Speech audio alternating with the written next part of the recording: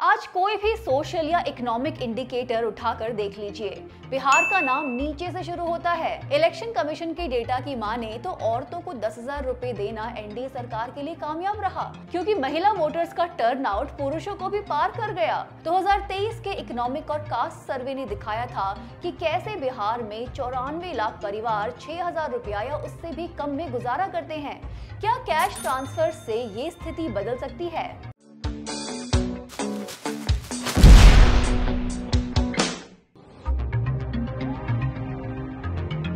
बिहार की पॉलिटिक्स और economics match नहीं कर रही है। एक तरफ है राज्य पर भारी कर्जा, बेरोजगारी और गरीबी, दूसरी तरफ है पॉलिसीज जो बस एक इंजेक्शन का काम कर रही हैं। कैश ट्रांसफर्स और महिलाओं पर केंद्रित पॉलिसीज काम कर सकते हैं, लेकिन बिहार के केस में इलेक्शन से पहले महिलाओं को दिए गए 10,000 रुपए रिश्वत के अलावा कुछ नहीं है। इलेक्शन में बेशक एनडीए सरकार जीत गई हो, लेकिन बिहार की जनता हार गई है। अपनी करंट इकोनॉमिक ट्रैजेक्टरी पर बिहार कहां जा रहा है? क्या बोलते हैं बिहार के सोशल, ह्यूमन और इकोनॉमिक इंडिकेटर्स? आइए बात करते हैं।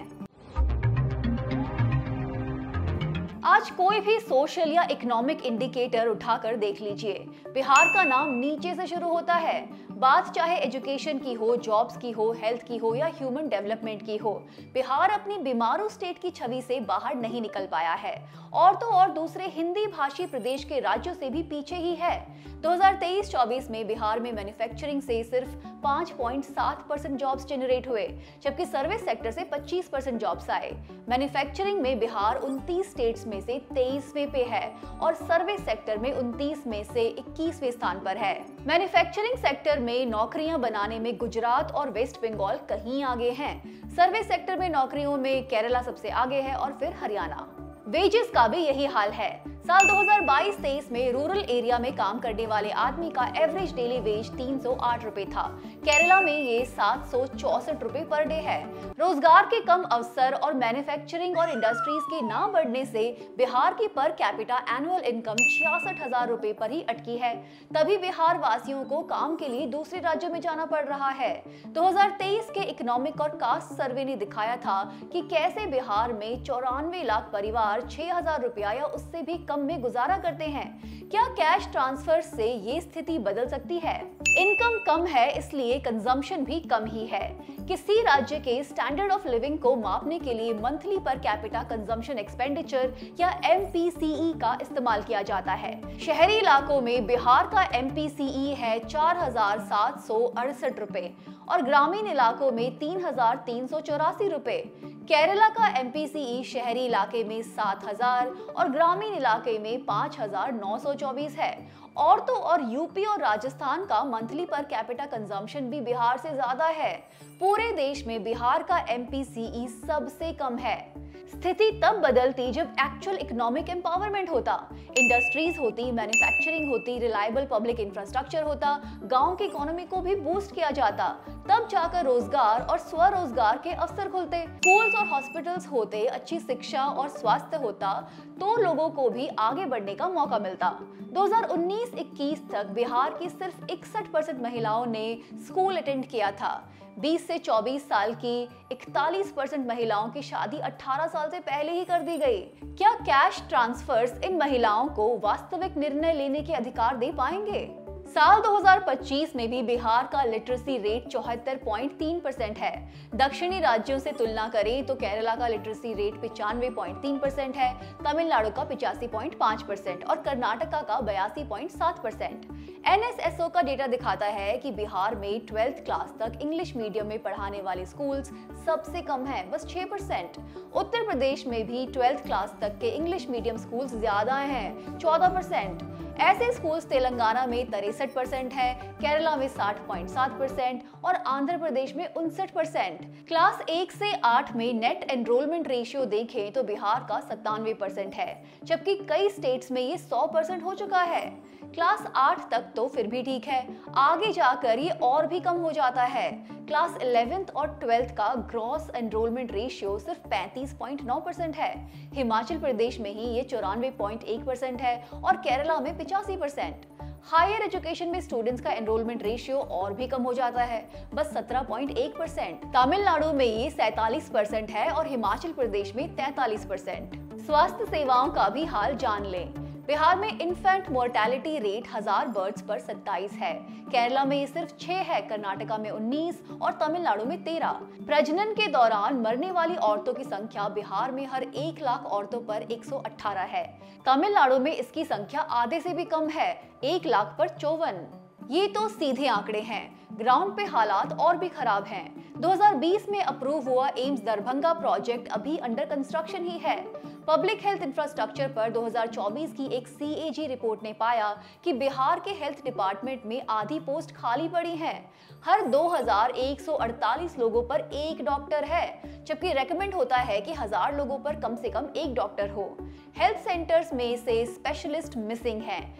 कई जिलों में इमरजेंसी वार्ड्स और ऑपरेशन थिएटर्स में से जरूरी इक्विपमेंट्स गायब हैं। CAG की रिपोर्ट ने पाया कि साल 2016 से 2022 के बीच बिहार के हेल्थ डिपार्टमेंट्स के पास 69,791 करोड़ रुपए का प्रोविजन था। इसमें से लगभग 41% को डिपार्टमेंट्स ने खर्च ही नहीं किया। ये सब देखते हुए कैसे कहें कि बिहार में पिछले 20 साल में बहुत कुछ हुआ है। कोई तो पैरामीटर होता जिसमें बिहार दूसरे राज्यों को छोड़कर आगे निकल जाता। सही मायने में इकोनॉमिक एम्पावरमेंट क्या होता है? जब आदमी के पास ना सिर्फ कमाने खाने की क्षमता हो, बल्कि वो खुद अपने आर्थिक निर्णय ले सके और अपनी जिंदगी को बेहतर बना सके। क्या 10,000 रुपए से ऐसा हो सकता है? ऐसा नहीं है कि महिलाओं पर केंद्रित कैश हैंडआउट पॉलिसीज काम नहीं करती, बहुत काम कर सकती हैं। तभी तो इन्हें हर इलेक्शन में डिप्लॉय किया जा रहा है। बिहार से पहले महाराष्ट्र की लाडकी बहन योजना, मध्य प्रदेश की लाडली बहना योजना, तेलंगाना की महालक्ष्मी और कर्नाटका की गृह लक्ष्मी भी डायरेक्ट बेनिफिट ट्रांसफर्स थे। सीधा बैंक अकाउंट में पैसा पहुंचा दिया जाता है। इनफैक्ट इन स्कीम्स की वजह से बहुत सी महिलाओं के बैंक अकाउंट्स खुले। अगस्त 2025 तक 56 करोड़ से ज्यादा जन धन अकाउंट्स खुले हैं। इनमें से 55.7% महिलाओं के अकाउंट्स हैं। इनमें से भी 54% महिलाओं ने कहा कि उन्होंने अपने ये खाते मुख्य रूप से सरकारी स्कीम्स या वेजेस लेने के लिए खुलवाए हैं। अब 89% भारतीय महिलाओं के पास अपने बैंक अकाउंट्स हैं। ग्लोबल एवरेज 77% है। लेकिन डेटा ये भी दिखाता है कि महिलाओं के 20% अकाउंट्स डोरमेंट ही रह गए। महिलाएं ज्यादातर अपने अकाउंट्स कैश ट्रांसफर्स को निकालने के लिए इस्तेमाल करती हैं। इससे उनका बैंकिंग की दुनिया में प्रवेश नहीं हो पाता। मोबाइल बैंकिंग और डेबिट कार्ड जैसी चीजों का इस्तेमाल तो और भी कम है। जीविका दीदी योजना में मिला पैसा बहुत तरह से खर्च हो रहा है। टाइम्स ऑफ इंडिया ने रिपोर्ट किया कि कई महिलाओं ने बकरी खरीद ली है, कुछ महिलाओं ने थोड़ा और पैसा लगाकर गाय खरीद ली है और कुछ ने सड़क किनारे फूड स्टॉल लगाए हैं। पर बिहार की बहुत सारी महिलाएं माइक्रो फाइनेंस कंपनीज के जाल में फंसी हैं। इन्होंने ये पैसा लोन की किस्त चुकाने में ही लगाया है। बिहार की पर कैपिटा इनकम साल में करीब 66,000 रुपए है, महीने के लगभग 5,500। ऐसे में 10,000 रुपए एक परिवार के लिए 2 महीने की कमाई के बराबर है। जाहिर है बहुत सारे लोगों के लिए ये एक बड़ी कीमत है और शायद उनका हौसला बढ़ाने के लिए काफी है। अगर आपने इलेक्शन का कवरेज देखा है तो आपने पाया होगा कि ये सवाल ही गायब है कि 10,000 रुपए से क्या बिजनेस शुरू किया जाए। सवाल ये है कि किसने आपको कितना पैसा दिया। इलेक्शन कमीशन के डेटा की माने तो औरतों को 10,000 रुपए देना एनडीए सरकार के लिए कामयाब रहा, क्योंकि महिला वोटर्स का टर्नआउट पुरुषों को भी पार कर गया। महिला वोटर टर्नआउट रहा 71.6% और पुरुष वोटर टर्नआउट रहा 62.8%। इलेक्शन कमीशन का कहना है कि महिलाओं ने पुरुषों के मुकाबले 4,34,000 ज्यादा वोट डाले, जबकि SIR के बाद तो इलेक्शन कमीशन ने 42 लाख कम महिलाओं को वोटर लिस्ट में रजिस्टर किया था। मतलब कम रजिस्ट्रेशन फिर भी ज्यादा पार्टिसिपेशन है ना। इलेक्शन से एक दिन पहले कैश हैंडआउट्स देने का कमाल।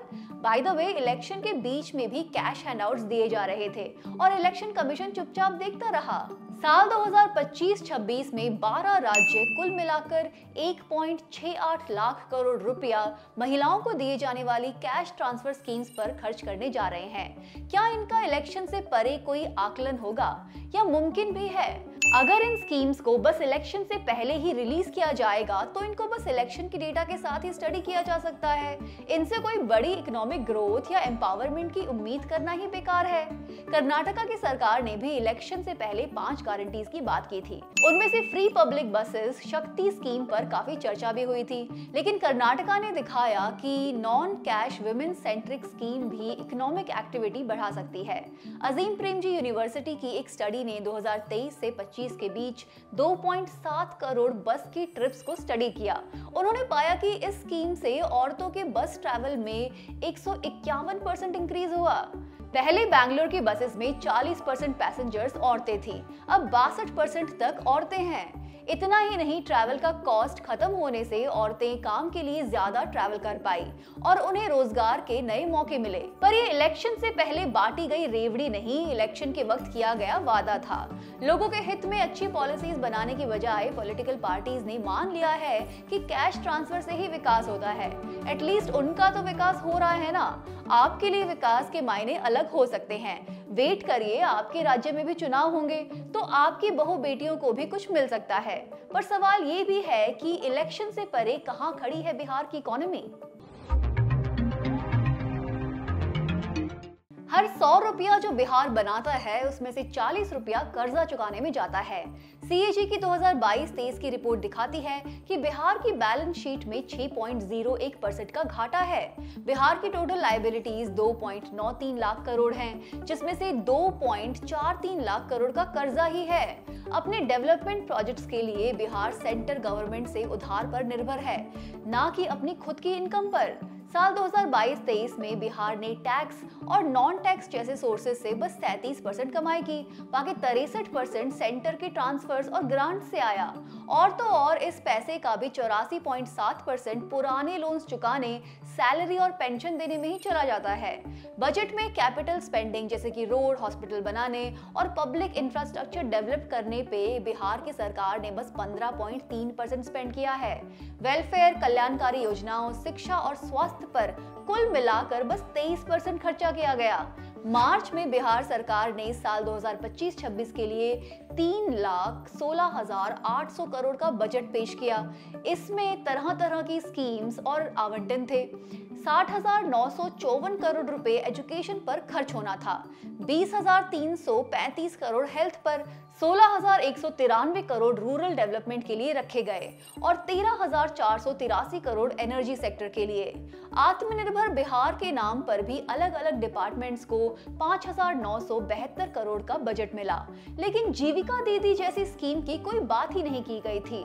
फिर इतना सारा पैसा, कुछ एस्टिमेट्स की माने तो लगभग 40,000 करोड़ कैश ट्रांसफर्स में देने के लिए कहां से आया? क्या ये पैसा आपके बच्चों के स्कूल, आपके हॉस्पिटल, सड़क और बाकी सुविधाओं से निकाल कर बांटा जा रहा है? जब उन चीजों पर पैसा ही नहीं लगाया जाता जो लोगों की जिंदगी को लॉन्ग टर्म में बेहतर बना सके, तो इलेक्शन के टाइम पर खर्च करना ही पड़ता है। इसीलिए कैश ट्रांसफर्स और ईसीआई की कृपा से एनडीए सरकार बेशक जीत गई हो, बिहार की जनता हार गई है। अपनी करंट इकोनॉमिक ट्रैजेक्टरी पर बिहार बस विकास के भाषण सुन सकता है, विकास तक पहुंच पाना मुश्किल है। इस हफ्ते इतना ही। Thank you for watching Cracknomics. मिलते हैं अगले हफ्ते टू क्रैक मोर इकोनॉमिक्स।